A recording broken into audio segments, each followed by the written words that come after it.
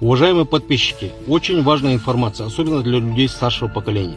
Сейчас в военкоматы массово приходят пенсионеры за справкой о прохождении срочной службы, потому что их направляют туда из ГЦОП. Это уже не нужно.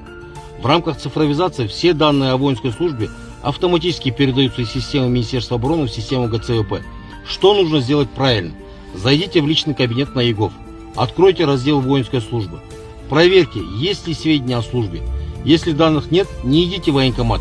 Прямо на ЕГОВ подайте услугу по корректировке и актуализации сведений, прикрепив военный билет или другие подтверждающие документы.